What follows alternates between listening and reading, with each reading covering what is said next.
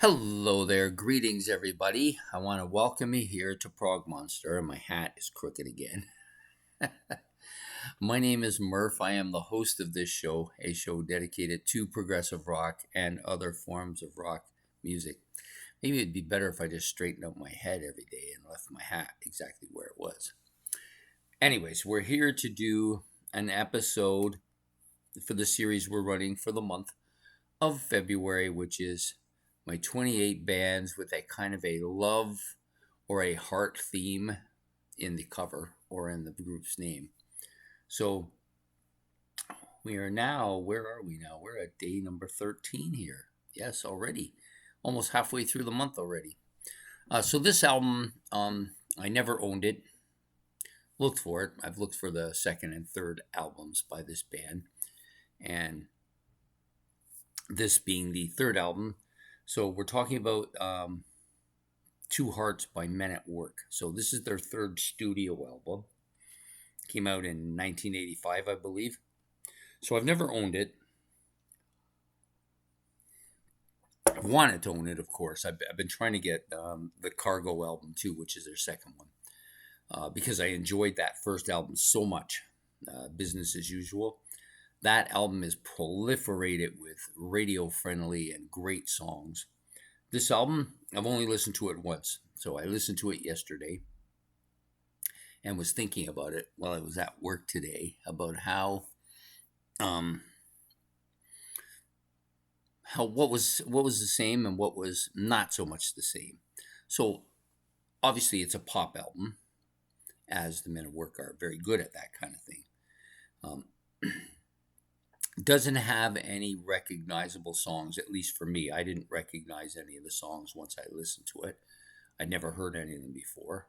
So usually when you get that, it takes a little bit to kind of absorb them. I also found the album a little bit more commercial sounding than the first album, which is the one that I am familiar with. I'm trying to think of what's the difference between the two that makes the most sense.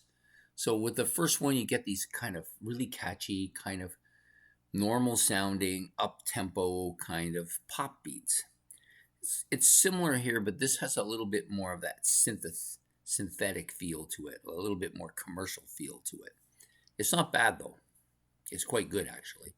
I think given time, this album will do well with me, but can't say much about the tunes too much individually because I've only listened to the entire album once. I thought it was good. The vocals are good. They're very Men at Work-ish. There's some really good sounds going on here. I don't know if it's an album that will become very dominant. Like, I was very surprised with the first Men at Work because I had heard some of the songs before, of course, on the radio, and I immediately liked those songs, but I was surprised how much I liked that first album. So I may actually find out that I like this one the same, and it may be the same experience. I'm hoping that's the case.